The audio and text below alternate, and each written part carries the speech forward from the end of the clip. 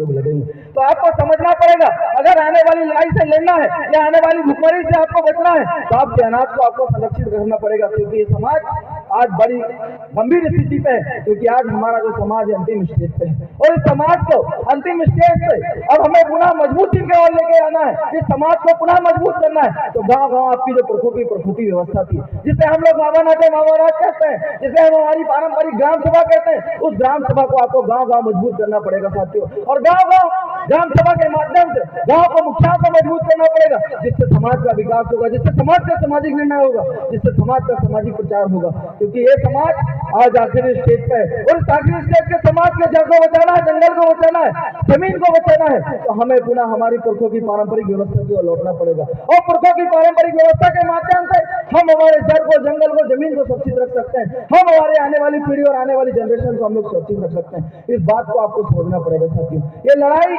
जड़ जंगल जमीन की जो लड़ाई है, ये छोटी लड़ाई नहीं है। इस जड़ जंगल जमीन की लड़ाई लड़ते लड़ते हमारे पुरखों ने शहादत दिया।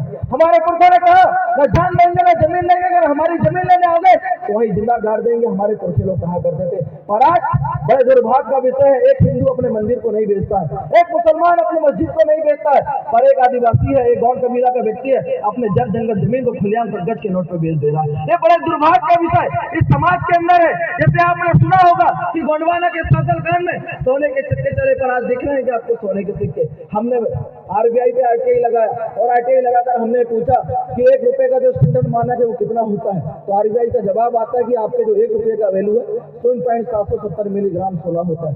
मतलब आपका जो 1 रुपया उसका वैल्यू 0.770 मिलीग्राम सोना।